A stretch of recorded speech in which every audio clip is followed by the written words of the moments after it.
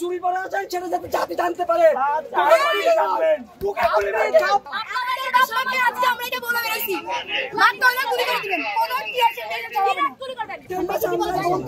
আমরা কেন বন্দি? আমরা হয়তো গরিব, তো গরিবের পেটে লাথি তারা বড় লোকের আর কিচ্ছু কাজ নাই।